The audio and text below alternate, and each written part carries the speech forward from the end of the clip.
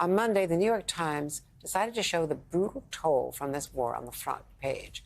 A mother and her 2 children killed by Russian mortars as the family tried to flee the city of Irpin. Joining us now is the photojournalist, the award-winning combat photographer, the photojournalist behind that camera lens, Lindsay Addario, the Pulitzer Prize-winning photographer who has spent her entire career documenting war zones.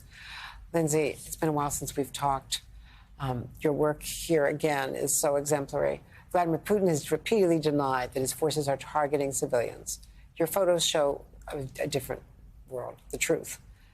Take us to that moment behind that front cover.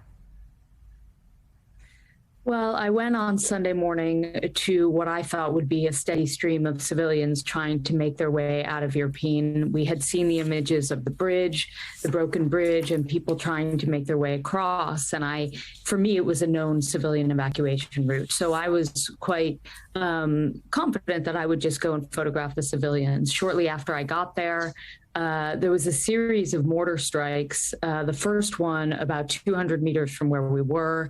They progressively got closer and closer, about 3 to 4 minutes apart. I was photographing. People continued to stream with their kids, dragging their children, dragging the elderly. Ukrainian soldiers were desperately trying to bring them to safety, running out, grabbing their pets, their children, everything. And the mortar rounds were getting closer and closer. And I remember looking through my camera lens, being furious, thinking, how could anyone spray an area with mortars that is known to be with children and women? And lo and behold, a round landed about 30 feet from where we were, if that, and about the same distance to where the family was. That was a mother and her 2 children were killed, along with a family friend or someone who was from the church in the area who was sort of ushering them to safety. So you're a photographer, you're a journalist, photojournalist, you're a mother. What was going through your head? How do you stand back and continue working? You know, in those moments, they're quite chaotic because obviously we had just narrowly escaped death. And I was trying to figure out if I was wounded because I felt the spray of gravel all over my neck. And I turned to my colleague, and if you've seen the video, I was quite worked up. And I said, "Am I bleeding? Am I bleeding?" He said, "No." I went right to work. And but I still hadn't seen the family because it was quite dusty. And finally, our security advisor asked us to stay where we were. So I stayed put. And as soon as he was calling for a medic, he ran over to check the pulses of the family. And as soon as I realized that we were able to cross over, I saw the 4 lifeless bodies, what I thought was lifeless. And I remember seeing the body of like a 9-year-old and thinking, I have a 10-year-old son.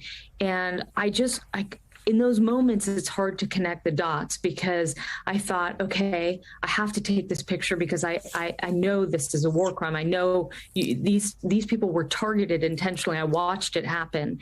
But at the same time, my heart was just breaking.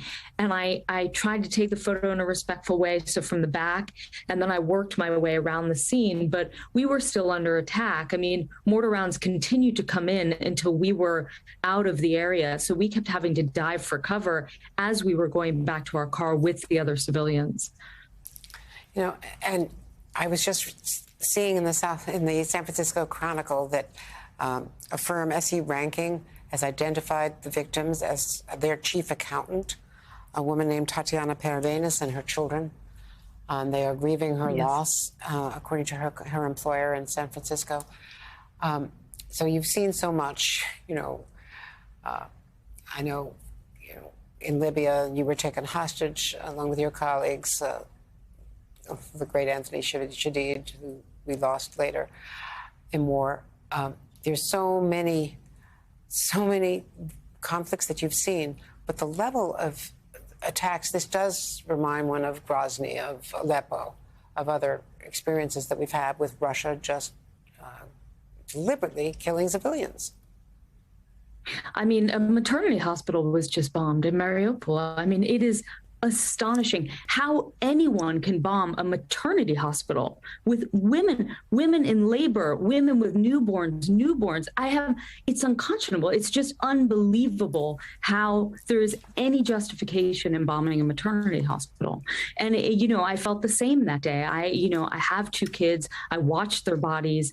We have met with the father or the husband of this woman and the father of the two kids. Very emotional. I can't. It's unbelievable what people are going through right now. Lindsay, what we're watching right now is, while you've been describing this, we just got this video from that scene in Mariupol from the hospital with some survivors being evacuated, and it is just chaos. And there's an enormous level of devastation there, and a mother and child coming out, and others from where they'd been sheltered. So it's just, it's devastating. But I can't describe my admiration, the level of my admiration for you, and thank you for what you and your colleagues are doing to show the world what is going on, our colleagues in the field. I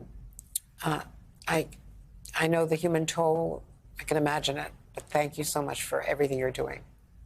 You're bearing witness. Yeah, I mean, it's the collective effort. There are a lot of us journalists on the ground, and I think collectively our coverage hopefully will tell what's going on. Lindsay Addario, thank you.